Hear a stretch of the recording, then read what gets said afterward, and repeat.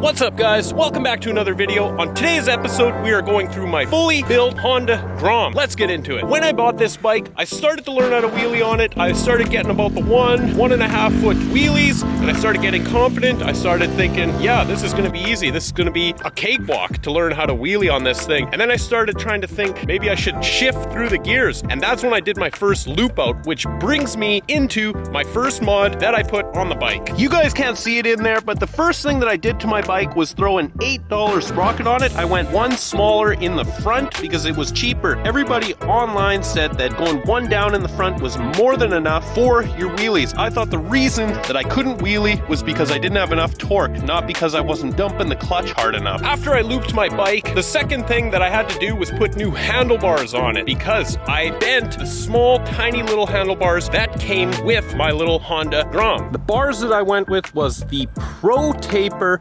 KLX DRZ 110s. Can highly recommend these bars. While we're on the bars here, we might as well go over my RAM mount for my phone here. It's pretty good. It's not a quad lock, but it does the job. Originally, I went with the Pillow Top Pro Taper grips here. Since then, I wanted to get a little bit more red in my bike, so I upgraded to these grips here. They're an extremely soft compound, and they've been wearing out like crazy. And while we're here, I've got the aftermarket levers here, straight off of eBay. That looks like an SCW, whatever that is off of eBay. Those are the levers I got. They look really good, extremely cheap. I think they were around $30 for the set. Next up, I've got my lane splitter mirror here. It's by CRG. Highly recommend that. I've ran it on all of my bikes. Super nice. I much prefer them to the stock mirrors that you have to like pull in your shoulder just to look over them. The CRG lane splitters are absolutely unreal. Next on the list is a full cage for my Grom. After I looped it, I was super worried about crashing it, and I was always worried about looping it, so I decided to put a cage on, and I thought that would give me the confidence to start to wheelie again, because if I looped it, it probably wouldn't hurt it too bad. When I bought this full cage for my bike, I didn't really know that it was some weed brand. I don't know. It's got the weed symbol on here, and I had no idea, but it's all good. After I put my cage on, I had to make a homemade license plates holder with zip ties, of course, the best thing in the business. And I've got aftermarket integrated tail light here, straight off of eBay. Again, incredibly cheap. This is the tiny bit of damage that I did get from looping my bike right here. I also had to replace the brake lever when I looped it. While we're at the back end here, let's go over the dual exhaust straight off of eBay. It said Austin Racing on it. It was incredibly cheap. All right, check it out. It is a full stainless steel exhaust all the way to the front here, complete with all the rust. It sounds incredibly terrible, and it's really loud.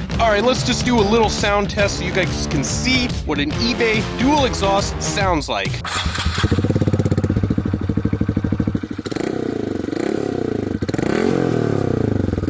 So yeah, there you go. It doesn't sound that great. And when I originally bought this exhaust, I hadn't thought about the license plates, because when I saw the pictures of it, it looks so freaking cool with the dual exhaust, but the license plate completely hides it. Next up on the list is this aftermarket seat. If you guys get a Honda Grom, I highly recommend you guys change up the seat. The stock one that it comes with makes you sit way too far forward. This one's just kind of a nice banana seat. You sit anywhere you want, and you can still have the passengers. All right, let's move back up to the front of the bike now. All right, this is the headlight by 402 Innovations out of Alberta, I believe. One of the downsides with this light is it doesn't hook directly up to your stock configuration. You actually have a switch to turn it off and on. So a lot of the times, if you're not used to it, you'll be riding around with no headlight. Also, a major downside to this is I can't count the amount of times that I've forgot this headlight on and killed my battery. Luckily, the Honda Grom is incredibly easy to push start. Because I ride this bike every single day to work as a commuter, if you guys are from Vancouver, you know exactly how much it rains here. So this headlight has seen some better days. As you guys can see, only one of the headlights works now. I do think I need to switch back to the stock one. You guys can see the bolts are rusting out here, and the signal light, the little cover thing here, has come off. The signal lights barely work with this thing. The signal lights, I mean, they're just there. The drivers don't see these signal lights all that well, so that's another huge con to this. And of course, I've got the daily driven exotics key tag powered by DDE. This thing feels so freaking premium. You guys probably noticed I've got the Suburban Delinquent sticker here on my front fender. This is the guy that started it all for me. I wanted to do motovlogging about 5 years ago just because of this guy. If you guys haven't checked out Suburban Delinquent, he recently just started making videos again, and they are better than ever. Check out my brake rotors. These are completely stock, but you can see the rain is taking a toll on them. They are rusting like crazy. Here I've got the stock rear sets. I just decided to keep these because they have the passenger peg still on them, and a lot of the aftermarket ones don't have that. I would like to get some aftermarket rear sets, but for now these are doing great. I just don't want to put any more money into it. If you guys are wondering how I maintain my chain in the winter months, answer to that is I don't maintain my chain at all. Honda Grom chains are about $23 on Amazon, so every time it stretches out, I just put a new chain. This is my second chain, and I've got 13,000 kilometers on it. Of course, it's loose. Every Grom chain is always loose. You tighten it,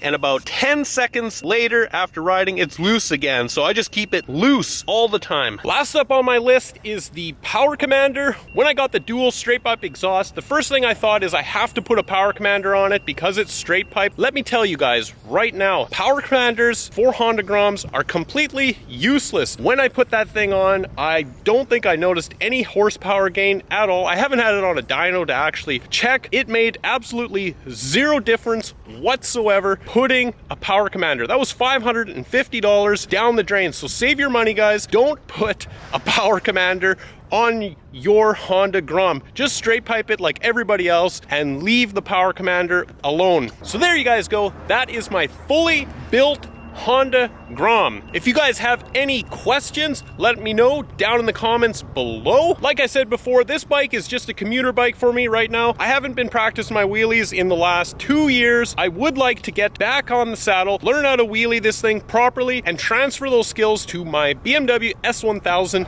RR, because how cool would that be, knowing how to properly wheelie, get it balance point, and just stay there. It looks pretty cool on the Grom. A lot of people can do it, but I would love to transfer those skills to my BMW S1000 and know how to properly wheelie and not just do it in the power band. To wheelie a BMW S1000 RR in the power band is incredibly easy. It's got a quick shifter. You just pop through the gears. It has wheelie control. It does all the work for you. There's no thinking. You just crack the throttle in first, second, or third gear, and the thing will pop up and it'll do all of the work for you. So one of my goals this year is to actually wheelie this bike properly. I'll bring you guys along. We're gonna learn how to wheelie this thing together this summer, 2024, New Year's resolution, learn how to wheelie this bike. All right, we're gonna jump on the bike here. I'll take you guys with me with the GoPro and we'll close this video out. And here we are on the bike. So what do you guys think of my fully built Honda Grom? Pretty sick, right? I know. All in all, I think I have around $2,000 in mods onto this bike. The biggest one was that useless Power Commander. I think that Power Commander was somewhere around $600 after tax. Biggest waste of money. So the full cage on this off of eBay, I believe, was around $650. So right there, that's $1,200. I put the handlebars on, a couple $100. It just added up. I think it's around $2,000. If you guys have any questions about any of the parts that I put on my bike, install, any of that kind of stuff, let me know down in the comments. I'll try and answer them as best as humanly possible. On another side note, it's the middle of December right now. It's +9 out. I can't get over this weather. Like, how are we having this great of a year? It's been mostly sunny all day today. The sun goes down early, so, but other than that, like, this is Vancouver in the winter. Everyone thinks it just rains here nonstop, but every now and then we get a really good year just like this, and I'm out here riding. That is a big dog. Wow. Friday rush hour traffic. You guys gotta love it. Let's just cut over here. Bike lane. So like I said before, 2024, we are going to learn to wheelie this thing properly. Balance point, feather the back brake, all the good stuff. Wheelie properly. And then we're going to transfer those skills over to my BMW S1000 RR and not just do those cool power wheelies. If you guys like this kind of content, stick around because I'm going to take you guys with me on the learning process of learning to wheelie this Honda Grom. So I think I'm going to end it there, guys. I'm almost home. Beautiful day out. So if you guys like this kind of content, share it with everybody. Share it with your uncle, your aunt, your grandma, your grandpa, everyone that matters. Let them know that I'm out here making sick AF Honda Let's wave.